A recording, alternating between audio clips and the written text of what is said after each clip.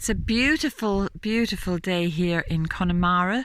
It's the 1st of August, so it's Lughnasadh, which is an ancient festival which celebrates the first harvest, and in times gone by was a day of selling your produce, sharing your produce, games of strength and skill, and lots of fun to be had by communities coming together.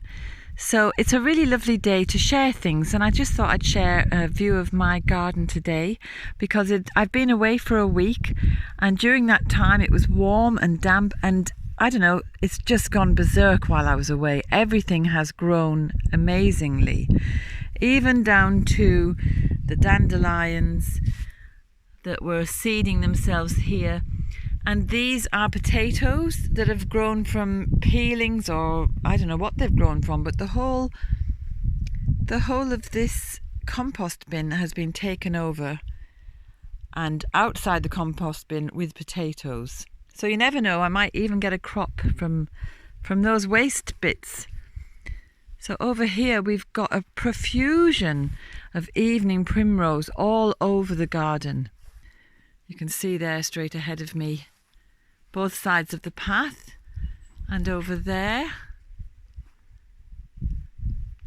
And in here, there's raspberries. There are lots of flowers coming up now on the soapwort, and the vervain is as blue and as beautiful. Over here, I do love vervain, magical and sacred plant. There's lots of chamomile to harvest. Fennel is a bit wind-blown there, but it's all coming into seed. So I'll have lots of seeds for new plants. It grows very easily here. And one of my favourites here is the elecampane. Beautiful heads of wild sunflowers. And I use the root for making medicine for asthma sufferers and general chest complaints. More oh, that's feverfew there. And tons of horseradish. So we'll be making horseradish to eat, as well as putting it into my fire cider using Rosemary Gladstar's recipe. Lots of seed heads on the calendula, which is incredible. It's an amazing plant because it's an annual, but itself propagates itself in 3 different ways. Look at all the seeds here as well. I love to give the seeds away or just scatter them in some place and see what happens. Lady's mantle is profuse this year. Just get out of my shadow. It's such a beautiful, delicate little flower.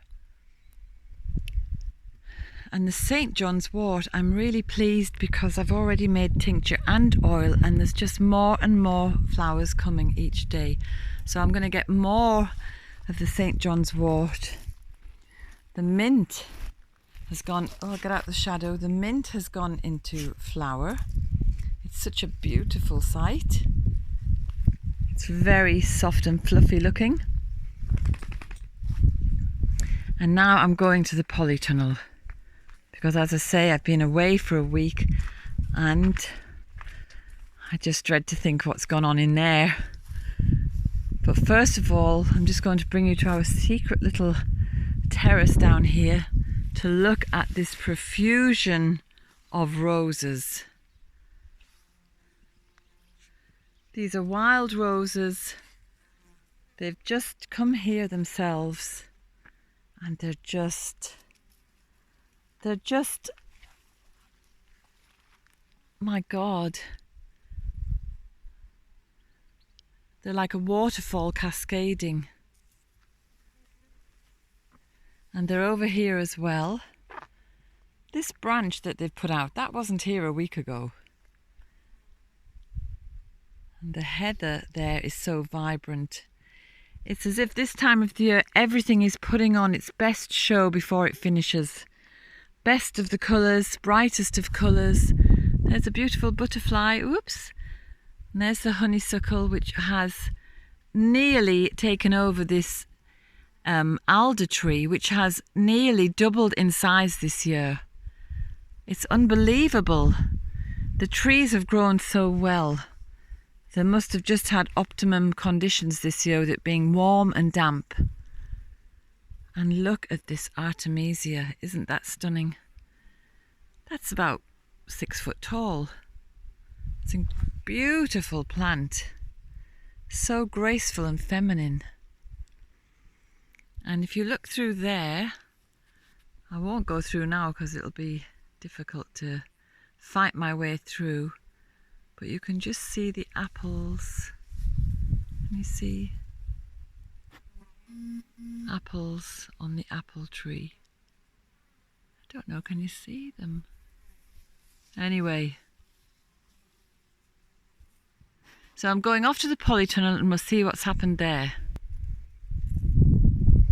So I'm on my way to the polytunnel, and everything is just so lush, so green, so colourful. This was my bed of kale and lettuces and parsley, and the pak choi has gone to seed. Some of the lettuce has gone to seed, but everything else is really luxurious looking. Some beetroot in there as well. Self-heal. This is one of my favourite plants, and it just seems to be everywhere this year, really profuse. It's just like magic. I think when people talk about magic, to me this is what they're talking about. More self-heal in here. There's the flower heads.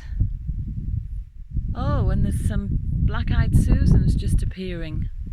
I didn't think they had survived. This Cotoneaster aster has begun to grow around the corner here, and I promise you that was not there a week ago. It's as if the plants have decided while nobody was looking, they were just going to run amok and just, I don't know, they've just gone berserk. They're just bursting. And in here, beautiful Rosa rugosa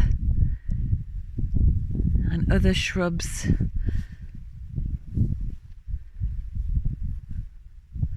Oh my goodness. The fuchsia's gone a bit mad as well. And this Deutzia has just gone mad. There's lavender there still that I can pick, and there's a hydrangea hiding in there amongst all the fuchsia. That rose was very profuse, but it looks like it's finished. There's a few little bits left. And here we go. Here's all my strawberry pots. Well, some of them that the dog has just jumped over.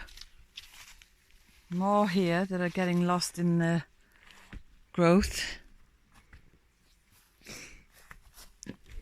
Okay, what is it going to be like in here? Oh dear. The beans are... I don't know what I'm going to do about those beans. There's tomatoes there. Oh wow, there's a lovely big beefy tomato. And more on this side. Oh, look at the beautiful blue flowers on the borage.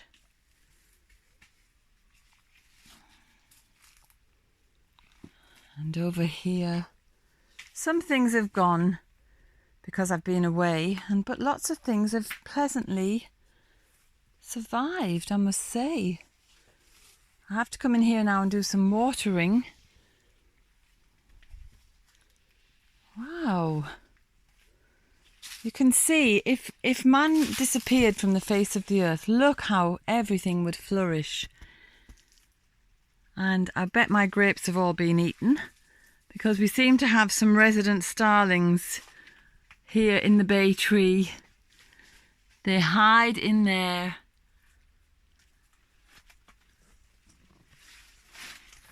The bay tree is another thing that seems to be needing to be cut back every few days almost. So yeah, there's my grapes. They've all been pecked at. You can't see now, it's in shade. But they've all been pecked at by these pesky starlings. There's beans hanging there. I'll just leave the beans because I prefer them to be dried anyway. Uh-oh, somebody's got hold of me.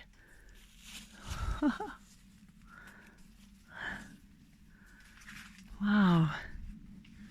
The lemon tree has put up straight branches. Look, that's coming from here, which I cut. I had to cut it because it was too long. It was overshadowing things. And it's like a willow the way it's put a straight branch up. Oh my goodness.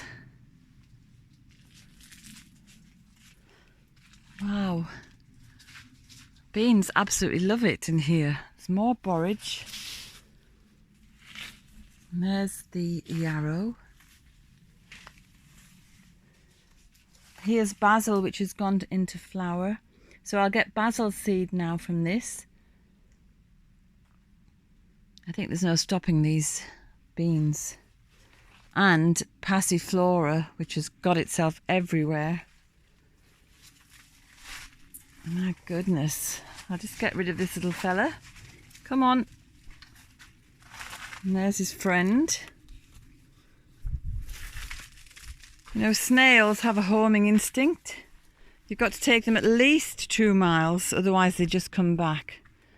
But I just chuck them over the field, over the wall. Look at all that beautiful purple loosestrife. Now I'm going to have to come and harvest that. That's a fantastic resource for me. And there's meadowsweet, which I've already harvested some elsewhere in the garden. So there's a lot of work I have to do now to... Oh! Tiny baby frog. Can I find him again? Did you see him? Did you see him in the corner of the screen? Tiny one, about 1 inch long, 2 inches long. Look at the borage as well. That borage there. And there's borage in here. Oh my goodness. So much to do now to kind of tidy things up a bit and get on top of things. Oh, poor strawberry.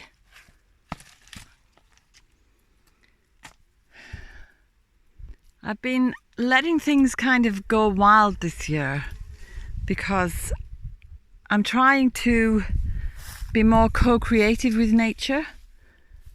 Got some lovely lilies there.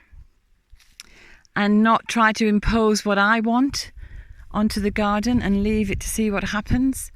And I've got lots of beautiful wild flowers all over the place. I mean, look. You can't complain about this. You know, there's wild carrot, there's self-heal, knapweed. I think that's hawk's beard, the yellow one. So that's what I've done, but I think I may have gone a little bit too far and made more work for myself because there's a lot of docks appearing and there is a lot of grass choking things. So I'm going to need to be a little bit more active. My potatoes haven't done very well at all. I'm going to have to pull those out now, I think. Oh my goodness, it's great though to see such life and colour and such an abundance of all kinds of things, whether I like them or not. It's great to see this natural abundance. Look over there, there's fireweed and there's wild mustard, tansy up above there that I have planted, and marshmallow. But it is Lughnasadh and this is the time for everything to really shine, and it's time for everything to put on their best display. The Monbretia is out in flower now, and that is a tiresome problem because it does tend to take over and choke. But it's why shouldn't it? It has as much right to be here as I do. Got more dandelions here, which I will be digging out for the roots towards the end of Lughnasadh, if not before. Lots of chickweed in there. growing in amongst the campion.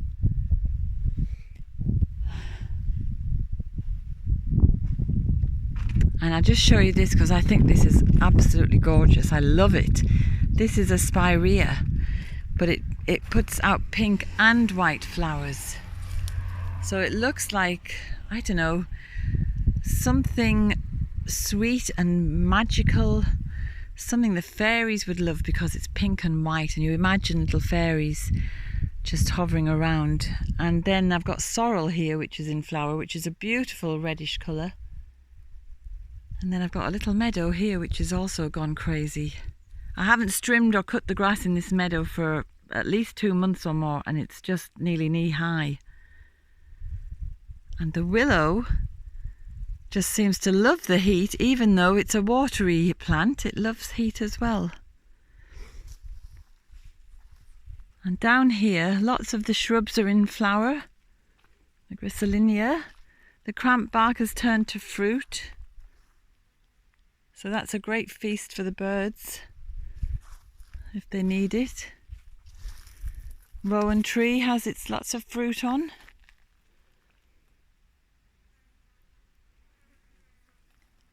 And here's the marshmallow. I always love to take some of the leaves, again for a respiratory medicine. It's just so pretty and so feminine. There's more meadow sweet and fennel. That's a bronze fennel. And this little rose bush here is very proliferate. It's just been flowering since springtime. Usually it goes on as late as November. And this alder tree again, like the one I showed you already, it's just doubled in size. It's come usually, well, this is a branch which has only grown this summer, because normally there's nothing along here. I'd say from here this way is where all the new growth is, because it's coming right over the flower beds here, and you can see tucked behind there's various things. I'm afraid my hollyhocks have fallen over while I was away. So there could have been a little bit of wind one of the days. Look at that. So graceful and feminine, that beautiful pink. Oh, look at it moving. It must love the compliment. You are beautiful, hollyhock. Look at all the pollen in there. Isn't that gorgeous? And the red ones as well. And all the tansy. I think the tansy is getting completely out of control. And then, you see,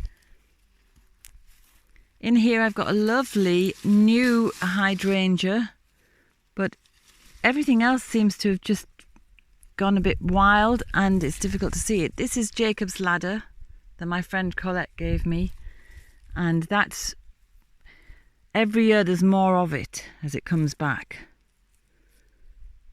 which is wonderful to know that I don't really have to do anything over here in the future. So there you are.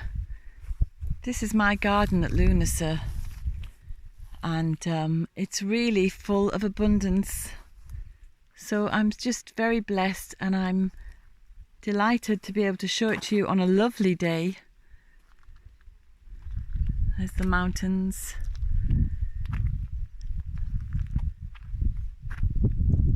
And I'm sending you all Lughnasadh blessings, that you too have an abundance of health, happiness, enough to eat and enough to make life bearable and enjoyable.